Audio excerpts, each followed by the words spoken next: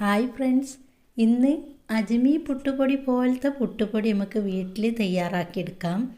നല്ല സോഫ്റ്റ് പുട്ടാണ്. നമ്മൾ കടയിൽ നിന്നൊക്കെ വാങ്ങുന്ന പുട്ടുപൊടി പോലെ തന്നെ നമുക്ക് വീട്ടിൽ റെഡിയാക്കിയെടുക്കാം.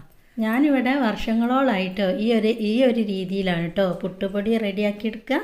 അപ്പോൾ ഞാൻ നിങ്ങൾക്കും കൂടി ഷെയർ ചെയ്യാമെന്ന് വിചാരിച്ച്. അപ്പോൾ നമുക്ക് റെസിപ്പിയിലേക്ക് പോകാം. റെസിപ്പിയിലേക്ക് പോകുന്നതിൻ്റെ മുൻപ് ഈ ഒരു ചാനൽ നിങ്ങൾ ആദ്യമായിട്ട് കാണുന്ന കൂട്ടുകാരുണ്ടെങ്കിൽ ഒന്ന് സബ്സ്ക്രൈബ് ചെയ്ത് സപ്പോർട്ടും കൂടി ചെയ്യണം കേട്ടോ. പിന്നെ ആ കുഞ്ഞ് ബെൽ ബട്ടൺ ഒന്ന് അമർത്തി ഓളെന്ന ഓപ്ഷൻ കൊടുത്താൽ ഞങ്ങളിടുന്ന എല്ലാ വീഡിയോസും നിങ്ങൾക്ക് ഉടനടി കിട്ടും. വീഡിയോ എല്ലാവരും സ്കിപ്പ് ചെയ്യാതെ കാണാൻ വേണ്ടി ശ്രമിക്കണം കേട്ടോ. എന്നാലേ ഞങ്ങൾ പുട്ടുപൊടി എങ്ങനെയാണ് ഉണ്ടാക്കുന്നത് എന്നുള്ളത് നിങ്ങൾക്കും കൂടി കണ്ട് മനസ്സിലാക്കാൻ പറ്റുള്ളൂ. അതിനായിട്ട് ഞാനിവിടെ എടുത്തത് കുറുവ അരിയും റേഷൻ അരിയും കൂടിയാണ് കേട്ടോ ഞാനെടുത്തത്. കുറച്ച് കുറുവരി ഉണ്ട് എൻ്റെ കയ്യിൽ. അപ്പോൾ അതൊരു 2 കിലോനുണ്ട്. പിന്നെ ബാക്കി ഞാൻ സ്റ്റോർ അരിയും കൂടിയാണ് കൂട്ടിയെടുത്തതാണ്. നിങ്ങൾക്ക് വേണമെങ്കിൽ സ്റ്റോർ അരി മാത്രം എടുത്താൽ മതി. നമ്മൾ ചോറ് വെക്കുന്ന അരിയില്ലേ, അതാണ് എടുക്കേണ്ടത്. അത് ഏത് തരം അരി കൊണ്ടും ഉണ്ടാക്കാം. മട്ട അരിയില്ലേ, അതുകൊണ്ടൊക്കെ ഉണ്ടാക്കുകയാണെങ്കിൽ നല്ല ഹെൽത്തി ആയിട്ട് നമുക്ക് പുട്ടുപൊടി ഉണ്ടാക്കിയെടുക്കാനേ പറ്റും കേട്ടോ.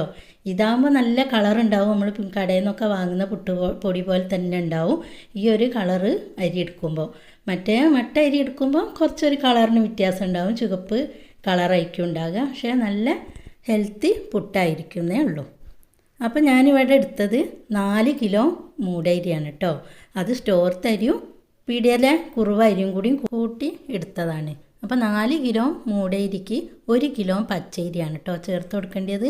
ഞാനിവിടെ 500 അര കിലോൻ്റെ പാത്രമാണ് എൻ്റെ അടുത്തുള്ളത്. അപ്പോൾ അതിനൊരു 2.5 പാത്രം അരി ഞാൻ ഇട്ട് കൊടുത്തിട്ടുണ്ട്. ഇതിലേക്ക് 1 കിലോ അരി. അത് ശ്രദ്ധിച്ചാൽ മതി, പച്ചരി കൂടി പോകരുത്. ഇനി നമുക്ക് ഈ അരി നന്നായി കഴുകി വൃത്തിയാക്കാം. അപ്പോൾ പെട്ടെന്ന് തന്നെ വെള്ളം ഒഴിച്ചിങ്ങാണ്ട് കഴുകി ഊറ്റണം കേട്ടോ. കാരണം ഈ അരി കുതിർന്ന് പോകരുത്. കഴിയുന്നതും വേഗം വൃത്തിയാക്കി കഴുകിയെടുക്കുക. നമ്മൾ പത്തിരിക്കൊക്കെ അരി കഴുകിങ്ങാണ്ട് ഒരു 2-3 മണിക്കൂർ കുതിർത്തി വെക്കൂലേ, ഇതിനത് വേണ്ട. നന്നായി വൃത്തിയാക്കി കഴുകിയിട്ട് നമ്മൾ ഊറ്റുകൊട്ടയിലേക്ക് പെട്ടെന്ന് ഊറ്റിയിടണം. അരി കുതിർന്ന് പോവുകയെ ചെയ്യരുത്. കുതിർന്നാൽ നമ്മളെ പുട്ടുപൊടി ശരിയായി വരില്ല. ഞാൻ ഇത്രയും ക്ലിയറാക്കി പറയുന്നത് തീരെ അറിയാത്തവർക്ക് വേണ്ടിയിട്ടാണ് കേട്ടോ. അപ്പോൾ എന്തെങ്കിലും സംശയം ഉണ്ടെങ്കിൽ നിങ്ങൾക്ക് ചോദിച്ചാൽ മതി. നമ്മൾ അരി തീരെ കുതിർന്ന് പോകരുത്. അരി ഈ പാത്രത്തിലേക്കൊക്കെ ഇടുമ്പോൾ അതിൻ്റെ സൗണ്ട് ഇങ്ങനെ കേൾക്കാം. കുതിർന്ന് കഴിഞ്ഞാൽ സൗണ്ടിന് മാറ്റം വരുമല്ലോ. ഇത് കുതിർന്നിട്ടില്ല. നല്ലോണം കഴുകി ഊറ്റുകൊട്ടയിലേക്ക് ഊറ്റിയിടുകയാണ് ചെയ്തത് കേട്ടോ. അപ്പോൾ കഴുകി വൃത്തിയാക്കിയ അരി ഞാനിതാ ഊറ്റുകൊട്ടയിലേക്ക് ഊറ്റിയിട്ട് ഇനി കുറച്ച് സമയം ഇതിൽ നിന്ന് അങ്ങ് വെള്ളം പോയിക്കോട്ടെ. വെള്ളമൊക്കെ പോയി എന്ന് കണ്ടാൽ നമുക്കൊരു എന്തെങ്കിലും ഒരു പാത്രത്തിൽ ഒരു ബക്കറ്റിലോ അല്ലെങ്കിൽ ഒരു കവറിലൊക്കെ നമ്മൾ ആക്കിയിട്ട് മില്ല് കൊടുത്തിട്ട് പൊടിപ്പിക്കുകയാണ് ചെയ്യേണ്ടത്. അപ്പോൾ മില്ല് കൊടുക്കുമ്പോൾ പുട്ടിനാണെന്ന് പറയണം. പുട്ടിന് പൊടിച്ചിട്ട് വറുക്കാൻ പറയുക. അങ്ങനെ നന്നായി നമ്മൾ പത്തിരിക്കൊക്കെ വറുത്തെടുക്കൂലേ, നല്ല ഡ്രൈ ആയിട്ട് അതുപോലെ വറുത്തെടുക്കണം. എന്നാൽ നിങ്ങൾക്ക് കൊല്ലങ്ങളോളം വെച്ചാലും ഈ ഒരു പുട്ടിൻ്റെ പൊടി കേടേ ആവില്ല. പിന്നെ ഇത് കുറച്ച് ആരും വറുത്ത് തരൂല കേട്ടോ. അതാണ് ഞാനിത് 5 കിലോ ഇട്ടത്. മില്ല് കൊടുക്കുമ്പോൾ 5 കിലോനാണല്ലോ മാക്സിമം വേണ്ടിയത് അരി. അതാണ് ഞാൻ 5 കിലോൻ്റെ അളവ് നിങ്ങൾക്ക് പറഞ്ഞു തന്നത് കേട്ടോ. ഇതിൽ കൂടുതലോ ഒക്കെ നിങ്ങൾക്ക് വറുത്ത് വെച്ചാൽ കേടൊന്നും ആവില്ല. ഞാനിവിടെ 10 കിലോ വരെയൊക്കെ വറുത്ത് വെക്കലുണ്ട്. എൻ്റെ പുട്ടുപൊടി ഇതുവരെ കേടൊന്നും വന്നിട്ടില്ല കേട്ടോ. ഞാൻ കുറേ കാലം വെച്ച് ഉപയോഗിക്കലുണ്ട്. പിന്നെ മക്കൾക്കൊക്കെ കൊടുത്തോടും. പിന്നെ അതേപോലെ തന്നെ എൻ്റെ വീട്ടിലേക്കും എല്ലാവർക്കും ഞാൻ പുട്ടുപൊടി കൊടുത്തയക്കലുണ്ട്. അവരൊക്കെ പറയും കടയിൽ നിന്നൊക്കെ വാങ്ങുന്ന പുട്ടുപൊടി പോലെ തന്നെ ഉണ്ട്. അവർക്കൊന്നും എങ്ങനെയാണ് ഈ പുട്ടുപൊടി ഉണ്ടാക്കൽ എന്നുള്ളത് അറിയില്ലായിരുന്നു. അപ്പോൾ ഞാൻ എൻ്റെ ചാനൽ കൂടി ഇട്ടതാണ് കേട്ടോ. അപ്പോൾ എല്ലാവരും കണ്ട് മനസ്സിലാക്കി ഇതേപോലെ പുട്ടുപൊടി ഉണ്ടാക്കിക്കോളി. നല്ല അടിപൊളി ടേസ്റ്റി ആയിട്ട് നമുക്ക് അജ്മി പുട്ടുപൊടി പോലത്തെ പുട്ടുപൊടി വീട്ടിൽ തന്നെ ഉണ്ടാക്കിയെടുക്കാം. അപ്പോൾ എൻ്റെ പുട്ടുപൊടി ഞാനിതാ ഇതേപോലത്തെ ഒരു പാത്രത്തിലാക്കി ഇങ്ങനെ അടച്ച് വെക്കുകയാണ് കേട്ടോ ചെയ്യുക. ഇതേപോലെ ഒരു പാത്രം കോരാനും ഇട്ടിട്ടുണ്ടെങ്കിൽ നമുക്ക് അതുകൊണ്ട് കുറച്ച് കോരി എടുത്താൽ മതി. അപ്പോൾ ഞാനിനി പുട്ട് ചുട്ട് കാണിച്ചു തരാം കേട്ടോ. ഞാൻ എങ്ങനെയാണ് ചുടുന്നതെന്നുള്ളത് നിങ്ങളൊന്ന് കണ്ടോളി. അപ്പോൾ അതാ പുട്ടുപൊടി ഞാൻ ഒരു ബൗളിലേക്ക് 1 കപ്പ് പുട്ടുപൊടി എടുക്കുന്നുണ്ട്. അപ്പോൾ നിങ്ങൾക്ക് എത്രയാണോ പുട്ടുപൊടി വേണ്ടി വെച്ചാൽ അതിനനുസരിച്ച് എടുത്താൽ മതി. എനിക്കിവിടെ ആൾ കുറവായതിനെ കൊണ്ട് ഞാനിതാ ഇതേപോലത്തെ ഒരു കപ്പിനാണ് എടുത്തത്. അപ്പോൾ കണ്ടില്ലേ, നല്ല തൈയോട് കൂടിയുള്ള ഈ ഒരു പുട്ടുപൊടി ഇതാ ഈ പാത്രത്തിലേക്ക് ഇട്ട് കൊടുത്തിട്ടുണ്ട്. ഞാൻ പുട്ടുപൊടി പൊടിച്ച് കൊണ്ടുവന്ന പിറ്റേന്നാണ് കേട്ടോ പുട്ട് ചുടുന്നത്. ഇനി അപ്പം തന്നെ നിങ്ങൾക്ക് പുട്ട് ചുടണമെങ്കിൽ അങ്ങനെ എടുക്കട്ടോ. ഞാൻ ഇപ്പോൾ ഇത് രാവിലെയാണ് ഉണ്ടാക്കുന്നത്. എന്നിട്ട് ഇതിലേക്ക് പാകത്തിനുള്ള ഉപ്പിടുക. ഉപ്പിടുമ്പോൾ കൂടിയൊന്നും പോവണ്ട കേട്ടോ. പുട്ടിലൊക്കെ ഉപ്പ് കൂടി പോയാൽ ടേസ്റ്റ് ഉണ്ടാവില്ല. അപ്പോൾ പാകത്തിന് ഉപ്പിടുക. എന്നിട്ട് ഒന്ന് അങ്ങ് മിക്സ് ചെയ്ത് കൊടുക്കുക. എല്ലാ ഭാഗത്തും ഉപ്പൊന്ന് എത്തുന്ന പോലെ ഒന്ന് മിക്സ് ചെയ്യുക.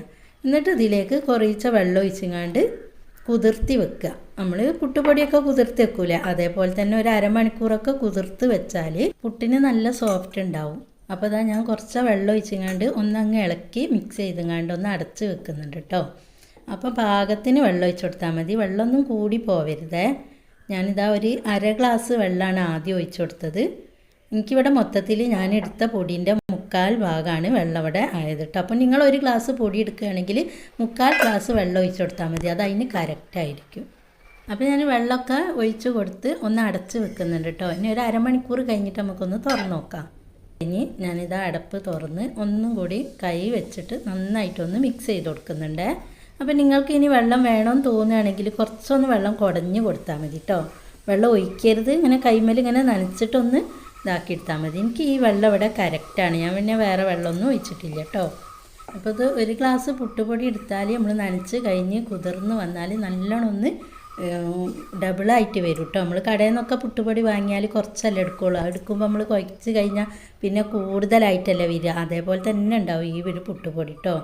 അപ്പോൾ നിങ്ങളെല്ലാവരും ഇതേപോലെ തയ്യാറാക്കിയിട്ടില്ല എന്നുണ്ടെങ്കിൽ ഇതേപോലെ നിങ്ങളൊന്ന് തയ്യാറാക്കി വീട്ടിൽ വെച്ചിട്ട് പുട്ട് ചുട്ട് വെക്കണം കേട്ടോ.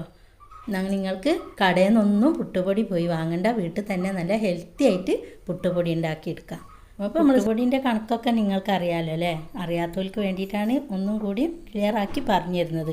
നനച്ച് കഴിഞ്ഞ് കുതിർന്ന് കഴിഞ്ഞാൽ നമ്മളിങ്ങനെ കൈകൊണ്ടൊരു പിടിയാക്കിയിട്ട് ആ പിടി ഉടയണം, അതാണ് പുട്ടുപൊടിൻ്റെ കണക്ക് കേട്ടോ.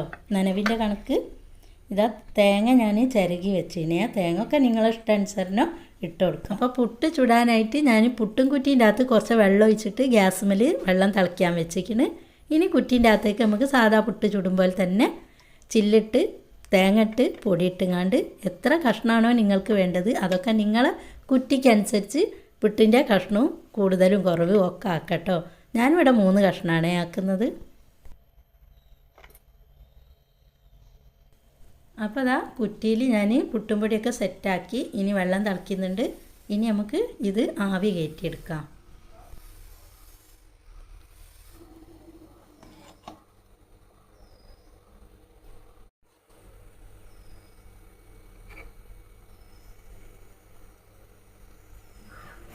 അപ്പോൾ ഇതാ പുട്ടിന് ആവി വന്നിട്ടുണ്ട്. ഞാനിതാ പുട്ടൊരു പ്ലേറ്റിൻ്റെ അകത്തേക്ക് കുത്തിയെടുക്കുകയാണ്. അപ്പോൾ അതാ പുട്ടൊക്കെ ഇവിടെ റെഡി ആയിട്ടുണ്ട്. നല്ല സോഫ്റ്റ് പുട്ടാണ്. അപ്പോൾ നിങ്ങളെല്ലാവരും ഇതേപോലെ ഒന്ന് തയ്യാറാക്കിയിട്ട് പുട്ട് ചുട്ട് നോക്കിട്ടോ. നല്ല ടേസ്റ്റാണ്, കറീൻ്റെ ആവശ്യമൊന്നുമില്ല, അങ്ങനെ തന്നെ ചൂടോടുകൂടി കഴിക്കാനും നല്ല ടേസ്റ്റാണ്. അപ്പോൾ എല്ലാവരും ഇതേപോലെ ട്രൈ ചെയ്യാത്തവരുണ്ടെങ്കിൽ ട്രൈ ചെയ്ത് നോക്കുക.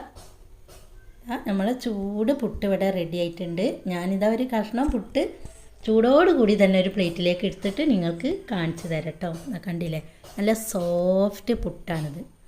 അപ്പോൾ ഒരു പ്രാവശ്യം എല്ലാവരും ഒന്ന് തയ്യാറാക്കിയിട്ട് ഇതിൻ്റെ അഭിപ്രായമൊക്കെ നിങ്ങൾ കമൻറ്റ് ബോക്സിൽ വന്ന് പറയാൻ മറന്നു പോകരുത്.